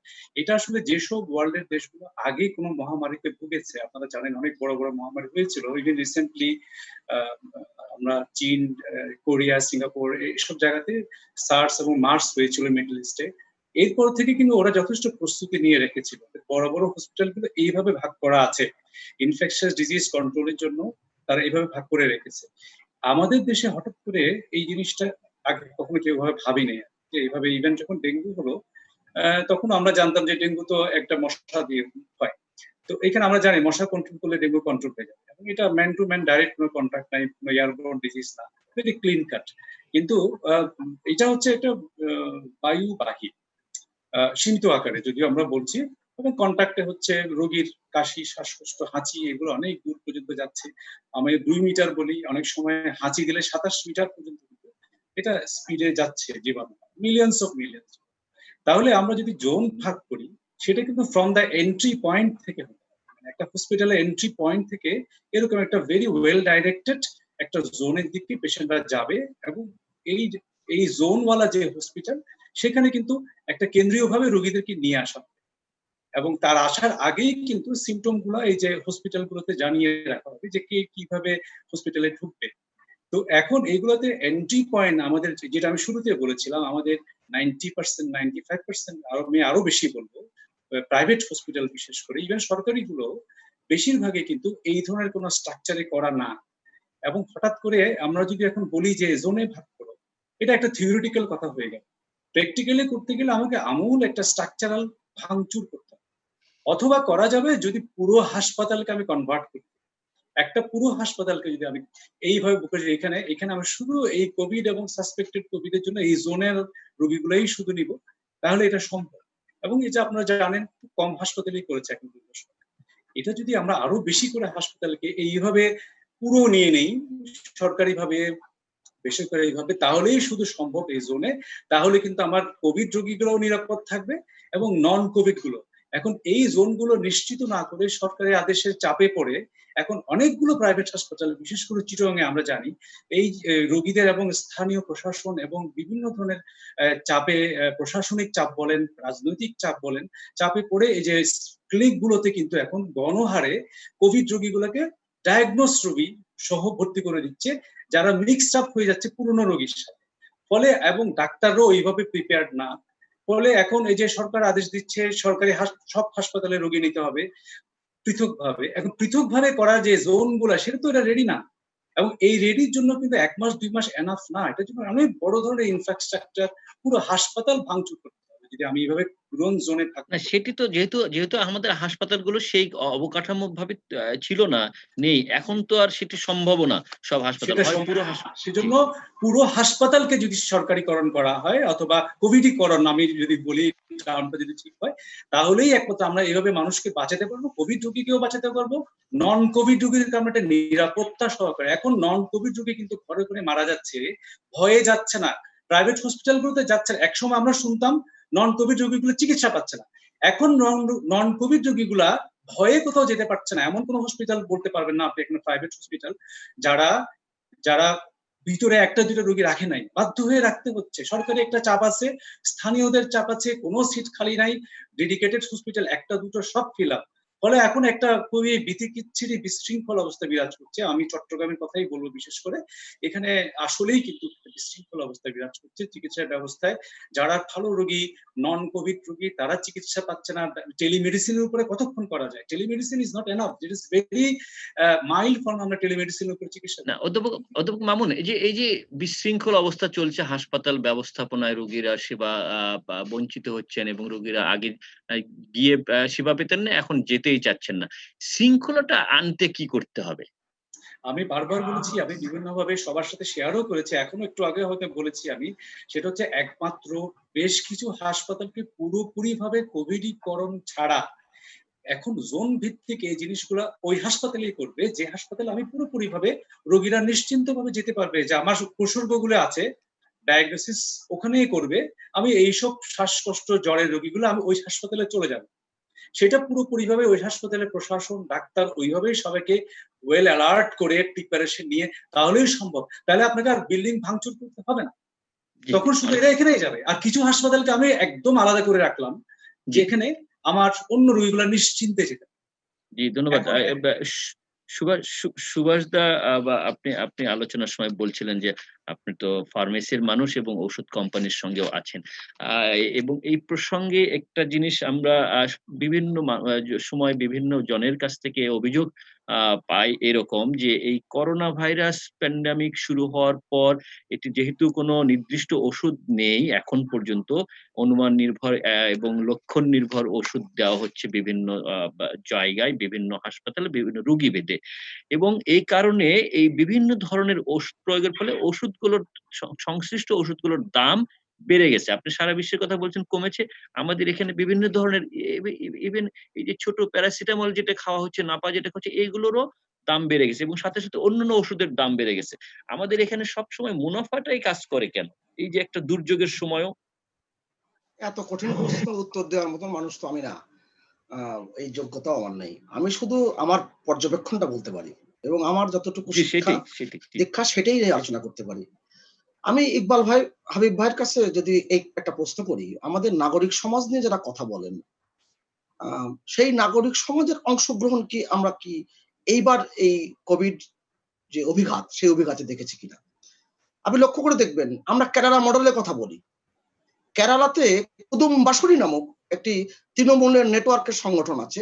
তারা একেবারেই শুরুতেই 2 মিলিয়ন মাস্ক তারা সরকারকে দিয়েছিল, রাজ্য সরকারের, এবং 5,000 লিটার তারা হ্যান্ড স্যানিটাইজার তারা উপহার দিয়েছিল। প্রতিদিন 3 লক্ষ মানুষের জন্য কমিউনিটি কিচেন তৈরি করেছে। এই কথাগুলো এগুলো বলছি, আমরা আসলেই হতে পারিনি, আমরা মডেল হতে পারিনি, আমরা কিউবা হতে পারিনি, আমরা দক্ষিণ কোরিয়া হতে পারিনি। কিন্তু এইটা তো আপনাকে মানতে হবে যে বাংলাদেশ 105 নম্বর দেশ যে আক্রান্ত হয়েছে, এবং 66 দিন পর কিন্তু বাংলাদেশের উপরে এই অভিঘাতটি এসেছে। আমাদের যে ব্যবস্থাপনা, আপনি বললেন যে ওষুধের দাম বেড়ে গেছে, আমি দাম বাড়ার কথা বলিনি। আমাদের 23,000 কোটি টাকার গত বছরের যে ওষুধ বিক্রি লোকাল মার্কেটে হয়েছে এবং 1100 কোটি টাকা আমরা বিদেশে রপ্তানি করেছি ওষুধ, সেখানে পৃথিবীর উন্নত দেশগুলোতে ওষুধ বিক্রি বেড়ে গেছে 40%, কোনো 30%। আমাদের এটা 40% কমে গিয়েছে কারণে যে অন্যান্য রোগের চিকিৎসা ব্যাহত হয়েছে। মানুষ এই বিপর্যয়ের মধ্যে আছে, এই বিপর্যয়ের মধ্যে আমরা এই স্বাস্থ্য ব্যবস্থাপনাকে সেই জায়গায় দাঁড় করাতে পারিনি, অথচ আমাদের অনেকগুলো মডেল সামনে আছে। গত বছর সেপ্টেম্বর মাসে জাতিসংঘ অধিবেশনে মাননীয় প্রধানমন্ত্রীকে ভ্যাকসিন হিরো পদক দিয়েছে জাতিসংঘ। এবং আপনি যদি লক্ষ্য করে দেখেন যে আমরা যে এমডিজি নির্ধারণ করে দিয়ে আসবো জাতিসংঘ থেকে, তা আমরা নির্দিষ্ট সময়ের আগে আমরা সেগুলো পূর্ণ করেছি। তার মধ্যে কয়েকটি শর্ত ছিল স্বাস্থ্য ব্যবস্থাপনা। আমরা টিকাদান কর্মসূচিতে যে সাফল্য দেখিয়েছি, আমরা এগুলোকে মাথায় রেখে এগোতে পারতাম। আমাদের ব্যবস্থাপনার ত্রুটিটা ওখানেই। আপনি স্বাস্থ্য ব্যবস্থাপনায় শুধুমাত্র ডাক্তার, আপনি শুধুমাত্র নার্স এবং শুধুমাত্র এই যে হসপিটালের যারা কর্ম সহযোগী তাদেরকে দিয়ে পারবেন না। স্বাস্থ্য ব্যবস্থাপনা অনেক বড় ব্যাপার।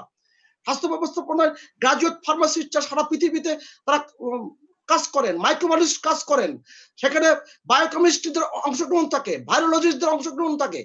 আমরা এই ব্যাপারগুলো মাথায় রাখতে হবে এবং এই কোভিড নন কোভিডের এই দ্বন্দ্বের মধ্যে যারা রোগী, আপনি দেখেন এই যে মিস্টার আইস অতিরিক্ত সচিব, তার মেয়ে একজন স্বাস্থ্য অধিদপ্তরের 333 কর্মরত ডাক্তার, তাকে কোন হসপিটালে সে যায়নি? হৃদয় কি একবারও কাঁপেনি? এই যে যারা বড় বড় হসপিটালের মালিক, যারা গণমাধ্যমেও কিন্তু অনেকে অনেক কথা বলছেন, হৃদয় কি একবারও? এবং যারা কথা ডায়ালিসিসের পেশেন্টের সাধারণ, আমার মতো ফার্মাসিস্ট হওয়ার দরকার নেই, ইকবাল হাবিবের মতো আর্কিটেক্ট হওয়ার দরকার নেই, আর প্রফেসর মামুনের মতনও ডাক্তার হওয়ার দরকার নেই, যে ডায়ালিসিসের পেশেন্টের নানান রকম শ্বাসকষ্টজনিত রোগ অনুষঙ্গ থাকে, সেখানে তাকে ভর্তি পর্যন্ত করা হয়নি, শেষ পর্যন্ত ওই সরকারি কমিটিতে তাকে যেতে হয়েছে। এই যে ব্যবস্থাপনার ত্রুটিগুলো হয়েছে, ব্যত্যয় ঘটেছে, এটার জন্য আমাদের প্রস্তুতি যে থাকার কথা ছিল, আমরা বলেছি অনেক ক্ষেত্রে, সেইভাবে প্রস্তুতি আমরা নেইনি, মুখে অনেক ক্ষেত্রে বলেছি, এগুলোর দারুণ রকমের ব্যর্থতা স্বীকার করছি।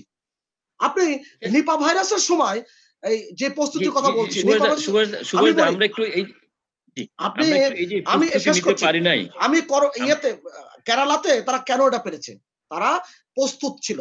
2018-19 তারা নিপা ভাইরাসে যেভাবে যুদ্ধস্ত হয়েছিল, তার থেকে তারা শিক্ষা নিয়েছিল।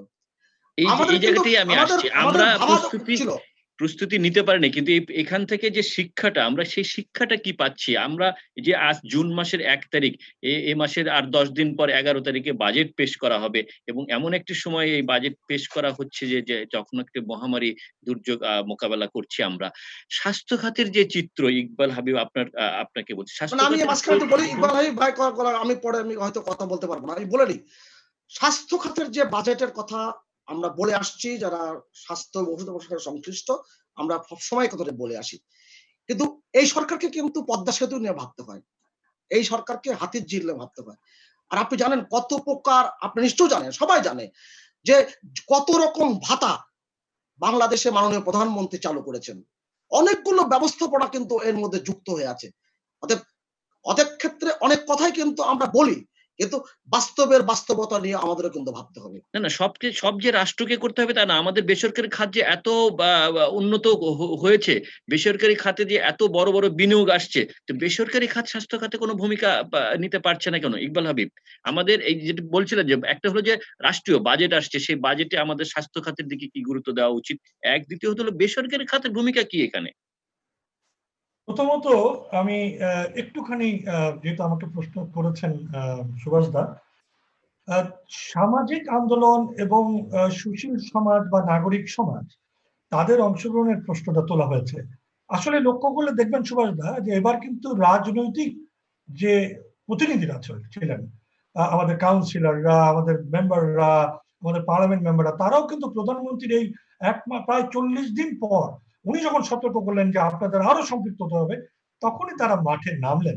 কিন্তু আমাদের রাজনীতির ঐতিহ্য আমাদেরকে বলে, যে কোনো ছোটখাটো বিষয় সবার আগে নেতৃত্বে তারা থাকেন।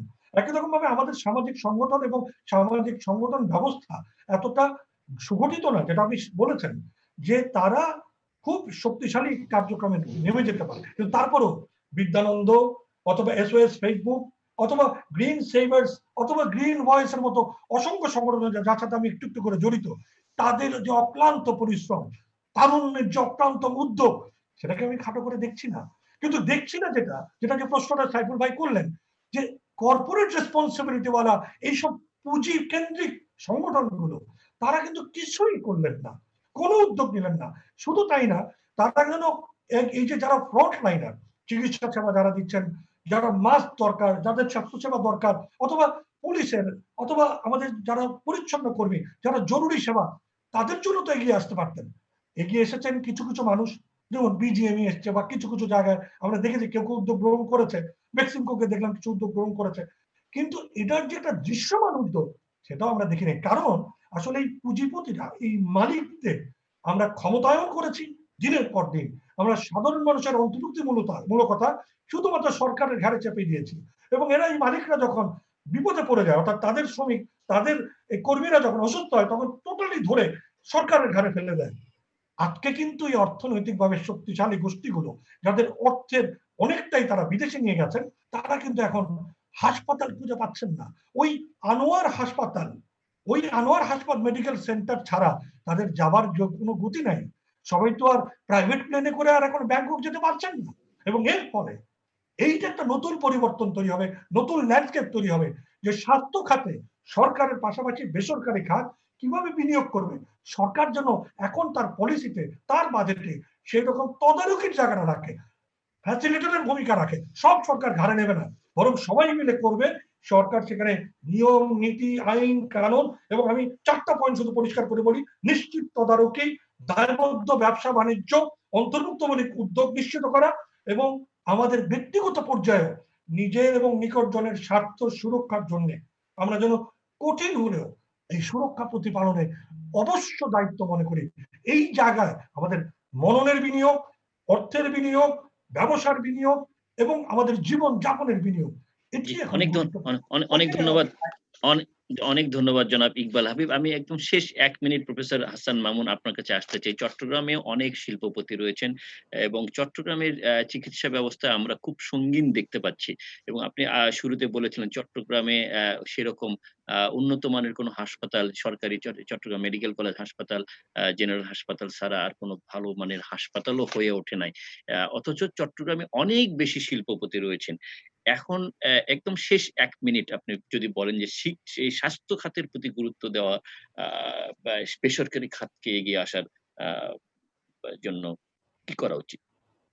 আমি একটু অন্যভাবে দ্বিমত পোষণ করছি শুরুতে। সেটা হচ্ছে আসলে উন্নত মানের হাসপাতাল নেই এটা এভাবে আমি বলিনি। আমি বলছি একটু সমন্বিত হাসপাতাল সরকারি দুটো আছে, কিন্তু বেসরকারি হাসপাতাল কিন্তু স্পেশালাইজড কিছু হাসপাতাল চিটাগাং আছে। আমি বেশ কিছু আছে এবং চিটাগাং কনসালটেন্টেরও কিন্তু অভাব নেই।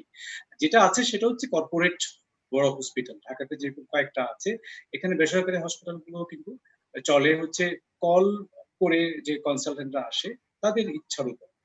মানে তারা যদি করে ঠিক আছে আমি গেলাম না, আমি বিজি, আমি যেতে পারবো না, এরকম কর্পোরেট হাসপাতাল নিজস্ব যে হাসপাতাল। এখন প্রাইভেট হাসপাতাল গুলো আমাদের এখানে আপনি বলছেন অনেক শিল্পপতিরা আছেন, সবাই জানেন কারা আছেন, সবাই এখানে যারা বেশিরভাগই যেটা করেছেন, যখন একটা ছোটখাটো ক্লিনিক বা বড় ক্লিনিকই প্রতিষ্ঠিত হয় তারা গিয়ে ওইসব শিল্পপতিদের কাছে কিছু ধর্ণা দেয়, তারা কিছু অল্প লাখ খানেক কোটি খানেক টাকা দেয়, দিয়ে একটা নাম রাখে, ডিরেক্টরশিপ রাখে, যেটা সত্যি কথা। এটুকুই তাদের অবদান, যাতে তাদের আত্মীয় স্বজন অসুস্থ হলে একটু আসতে পারে। কিন্তু সামগ্রিকভাবে একটা বড় প্রতিষ্ঠান করে কখনো কিন্তু এরা এখানে আসেনি, এরা ঢাকাতেও আসেনি। আপনারা কেউ হয়তো এসছে, তো সেই জন্য এখন টনক নড়েছে, অনেক কিছুই করতে চাচ্ছে, কিন্তু হঠাৎ করে তো এগুলো হয় না, এগুলো অনেকদিন ধরে। এখন যে ক্রাইসিস মুভমেন্ট করা চাইলেও কিন্তু এগিয়ে আসলে অত বেশি কিছু করতে পারবে এখনই সম্ভব না। এই জন্য আসলে এই মুহূর্তের জন্য প্রাইভেটের উপরে এই মুহূর্তে ডিপেন্ড করা যাবে না। আমি যেটা বলছি, এখনো কিন্তু সরকারকে এগিয়ে আসতে হবে এই ক্রাইসিস মুভমেন্টে। অনেক ধন্যবাদ অধ্যাপক হাসান মামুন। বা আমরা আশা করি যে এই যে দুর্যোগ, এই দুর্যোগ কেটে যাবে এবং এই দুর্যোগের পর ইকবাল হাবিব যেটি বারবার বলছেন যে জীবনযাত্রা বদলে যাবে, মূল্যবোধের পরিবর্তন আসবে, সেই পরিবর্তনের আশায় আমরাও থাকছি। একটি ইতিবাচক পরিবর্তন হোক। অধ্যাপক হাসান মামুন, আপনাকে অনেক ধন্যবাদ। ধন্যবাদ সুভাষ সিংহ রায় এবং ইকবাল হাবিব আমাকে এই অনুষ্ঠানে সময় দেবার জন্য। এবং সুপ্রিয় দর্শক, আপনারা যারা এতক্ষণ ছিলেন আপনাদেরকে অনেক ধন্যবাদ। আপনারা ভালো থাকবেন এবং করোনা ভাইরাস সংক্রমণ থেকে মুক্ত থাকতে স্বাস্থ্যবিধি মেনে চলবেন। আগামীকাল আবার একই সময় দেখা হবে। সবাইকে শুভরাত্রি।